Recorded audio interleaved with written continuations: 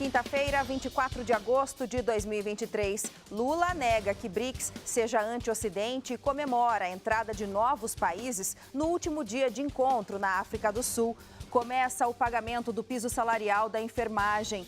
Presidente em exercício, Geraldo Alckmin, sanciona e publica a lei que implementa novas regras para a destinação de mercadorias apreendidas.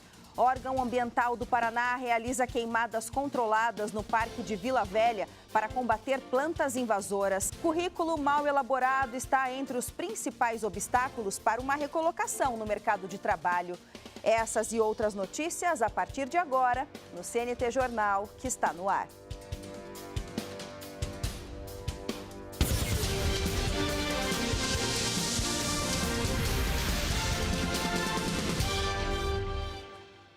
Olá, boa noite para você.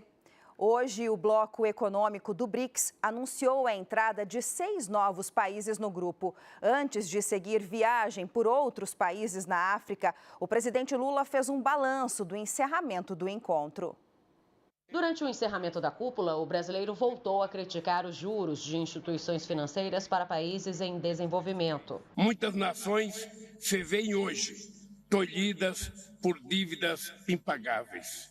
Nos últimos anos, o volume de recursos direcionados a países do sul global, via comércio e investimentos, vem diminuindo. A maior parte do mundo em desenvolvimento depende da exportação de commodities, cuja demanda é volátil, e da importação de bens de primeira necessidade, cujos preços dispararam. Lula enxerga a dívida externa como um entrave para o desenvolvimento sustentável e insistiu em novas possibilidades de crédito, além de costurar a essa situação as desigualdades identificadas nas nações. Depois do encerramento, Lula fez um balanço final. Os líderes convidaram oficialmente Arábia Saudita, Argentina, Egito, Emirados Árabes, Etiópia e Irã para serem membros plenos do grupo. Lula negou que isso possa ser visto como um G7 anti-Ocidente. Outros países vão pedir e nós vamos fazer da mesma forma seletiva, criteriosa, escolhendo as pessoas de acordo com a importância geopolítica de cada país. Tá? O que está em jogo aqui não é a pessoa do governo, é o país, é a importância do país. Eu não quero saber que pensamento ideológico tem o governante. Eu quero saber se o país está dentro dos critérios que nós estabelecemos para as pessoas fazerem parte dos BRICS. Hoje, Lula ainda se encontrou pela primeira vez com o presidente do Irã, Ebrahim Raisi, depois do anúncio de que o Irã será um dos novos integrantes do bloco. O iraniano afirmou que deseja ampliar as relações comerciais. Lula tratou a entrada de novos países como um avanço e também destacou a adoção de uma moeda comum para as trocas comerciais do bloco, confirmada durante a cúpula. Resolvemos criar uma moeda porque isso facilita a vida das pessoas e nós não queremos pressa, porque não é uma coisa simples de fazer. O que nós decidimos com muita maturidade foi garantir que a área econômica dos países dos BRICS estudem durante todo esse ano para que na próxima reunião dos BRICS, que será na Rússia, a gente apresente uma solução para saber se nós vamos estar de consenso ou não. O último destaque dado pelo presidente foi a concordância do BRICS em torno da ideia de se reformar o Conselho de Segurança da ONU, com a entrada de mais países. Não há mais explicação por que não fortalecer a entrada de país africano, de país latino-americano, de país asiático. Qual é a explicação de uma Índia estar fora do Conselho de Segurança da ONU? E antes de ir embora, Lula brincou sobre a mudança de nome do BRICS com a participação das novas nações no grupo. Na minha opinião, o nome vai prevalecer BRICS. É bonito? BRICS. Parece até que eu estou falando inglês aqui, BRICS. Então vai ficar os BRICS, sabe? Já está registrada a criança virou adulto, ela não quer mudar de nome. Profissionais de enfermagem de todo o país começam a receber o pagamento do piso nacional a partir deste mês. O repasse dos recursos para estados e municípios foi feito pelo Ministério da Saúde. O governo federal repassou a primeira parcela dos 7 bilhões e 300 milhões de reais que vão complementar o pagamento do piso nacional de enfermagem. O dinheiro foi destinado a estados, Distrito Federal e municípios que atendem pelo menos a 60% dos pacientes do Sistema Único de Saúde na rede pública, filantrópica e privada. O dinheiro foi repassado através do Fundo Nacional de Saúde. O pagamento vai ser feito retroativo a maio em 9 parcelas. Este mês vão ser pagas as parcelas referentes a maio, junho, julho e agosto. As outras 5 vão ser pagas até dezembro, quando também vai ser liberado o 13º salário. O piso nacional de enfermagem é de R$ 4.750. Técnicos de enfermagem vão receber R$ 3.325. Já para auxiliares de enfermagem e parteiras, o valor é de R$ 2.375. O piso nacional de enfermagem foi criado por um projeto de emenda à Constituição, aprovado pelo Congresso Nacional em julho do ano passado. O Supremo Tribunal Federal chegou a suspender os efeitos da lei, a pedido da Confederação Nacional de Saúde, que alegou o risco de demissões por falta de recursos para cumprir o pagamento. Uma nova emenda constitucional obrigou a União a complementar os valores através de repasses para estados e municípios. É um dia histórico porque representa o compromisso de nosso governo com o pagamento do piso da enfermagem.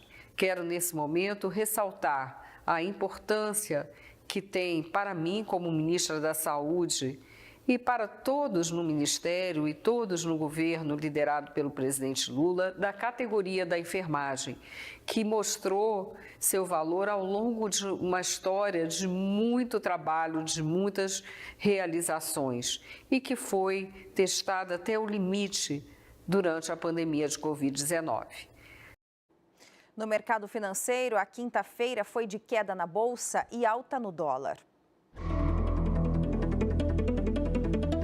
O dólar comercial fechou o dia cotado a R$ 4,88 na venda, alta de 0,51%. O euro foi vendido a R$ 5,27, leve queda de 0,02%. O Ibovespa, principal índice da Bolsa Brasileira, encerrou o pregão em queda de 0,94%, encostando no patamar dos 117 mil pontos. Raízen e Eletrobras foram as ações mais valorizadas do dia. Grupo Êxito e Azul registraram as principais baixas. A seguir, passa a valer novas regras para a destinação de mercadorias apreendidas.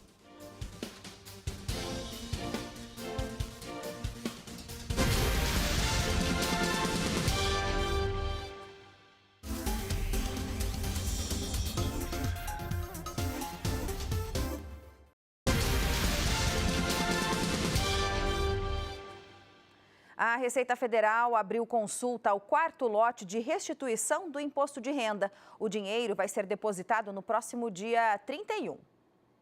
Mais de 6 milhões de contribuintes vão receber a restituição do imposto de renda este mês. A maioria entregou a declaração até o dia 31 de maio.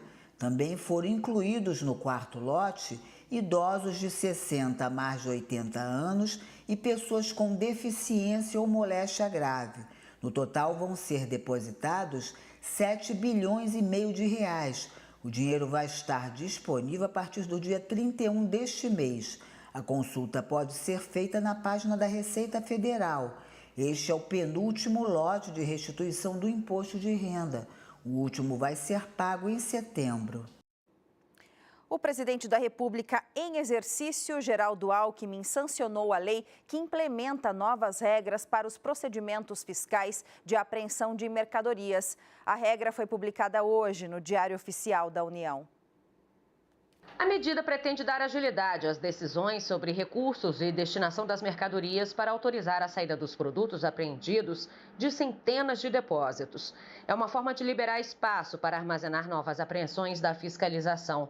A partir de agora, a intimação referente à penalidade do dano aos cofres públicos sobre essas mercadorias importadas serão aplicadas por auditor fiscal da Receita Federal e formalizadas por um auto de infração. Em seguida, cabe impugnação no prazo de 20 dias. A intimação será por meio pessoal, via postal ou eletrônico. A destinação do produto pode ser autorizada se a pessoa intimada não se manifestar no prazo ou depois da decisão administrativa em primeira instância. O O Japão retirou esta semana o embargo à importação de carne de frango de Santa Catarina. As exportações estavam suspensas temporariamente desde o dia 17 de julho, após a confirmação de um caso de gripe aviária de alta patogenicidade em aves domésticas de subsistência em uma propriedade rural, no município de Maracajá, no sul catarinense. De acordo com as normas sanitárias japonesas, o embargo é retirado após um período de 28 dias sem nenhuma irregularidade. O Japão é o maior importador de carne de frango de Santa Catarina. Só no ano passado, o comércio de proteína animal catarinense com o país asiático rendeu mais de 310 milhões de dólares. Os casos registrados no país não comprometeram o status do Brasil como país livre de influenza aviária, em função de não haver nenhum caso registrado da doença em granjas comerciais, mas apenas em aves silvestres e de fundo de quintal. A situação se complica um pouco com o ar ficando mais frio e a possibilidade de chuva forte, granizo e até geada. Veja a previsão do tempo para as regiões sul e sudeste do país nesta sexta-feira. A frente fria segue pelo sul do país, ainda que de forma costeira. Com isso, pode provocar chuva volumosa, especialmente no Paraná, com possibilidade de temporais, raios, ventos e até granizo. No Rio Grande do Sul, existe a possibilidade para geadas fracas na Campanha e na Serra Gaúcha. Curitiba, mínima de 10, máxima de 15. Porto Alegre, mínima de 9, máxima de 17 graus. Com a frente fria, o tempo deve mudar em boa parte do estado de São Paulo, do Rio de Janeiro e até no sul de Minas Gerais. No interior paulista, há potencial para chuva forte e volumosa. Já no centro-norte de Minas e no Espírito Santo, o tempo seco e quente se destaca. Atibaia, mínima de 13, máxima de 32. Resende, mínima de 17, máxima de 27 graus. No Paraná, um órgão ambiental do estado está realizando queimadas controladas no Parque de Vila Velha para o combate de plantas invasoras. Nos últimos dias, quem passou perto do Parque Estadual de Vila Velha, no município de Ponta Grossa, a 100 quilômetros da capital Curitiba, percebeu muita fumaça e chamas. Era uma ação de queimada controlada feita pelo Instituto Água e Terra do Paraná, com o apoio do Corpo de Bombeiros. A técnica é usada para combater a proliferação de espécies exóticas invasoras, que prejudicam a biodiversidade e o crescimento da vegetação nativa. A queimada controlada está prevista no plano de manejo do parque e vem sendo feita desde 2014, em uma área de 50 hectares, e protege o parque de incêndios florestais fora de controle. A ação também se preocupa com a fauna local. O procedimento só é realizado durante o inverno, quando os pássaros da região não estão no período reprodutivo e não existem ninhos no meio da vegetação. Quase 300 pessoas participaram da operação, que durou 3 dias. O Parque Estadual de Vila Velha é uma unidade de conservação e um dos principais pontos turísticos do Paraná, com destaque para os arenitos, formações rochosas de milhares de anos. O tempo seco e quente persiste no norte, no nordeste e também no centro-oeste do Brasil nesta sexta-feira. O tempo continua instável na metade oeste da região norte do país. São esperadas pancadas rápidas, mas que podem ser fortes, especialmente no noroeste do Amazonas, com chance de descargas elétricas. Já na metade leste, o tempo é seco e muito quente. Manaus, mínima de 25, máxima de 36. Santarém, mínima de 24, máxima de 34 graus. Mais um dia de tempo seco e muito quente no Nordeste, por causa de uma massa de ar seco. Baixos índices de umidade relativa do ar devem ser registrados. Itaparica, mínima de 23, máxima de 28. Fortaleza, mínima de 24, máxima de 32 graus. No centro-oeste, a possibilidade é de chuvas rápidas e isoladas no Mato Grosso do Sul e no oeste do Mato Grosso. Não são esperados volumes significativos e a chuva será muito pontual. Nas demais áreas, tempo seco e muito quente. Brasília, mínima de 19, máxima de 33. Caldas Novas, mínima de 23, máxima de 34 graus. A seguir, veja os erros no currículo que podem impedir a sua contratação.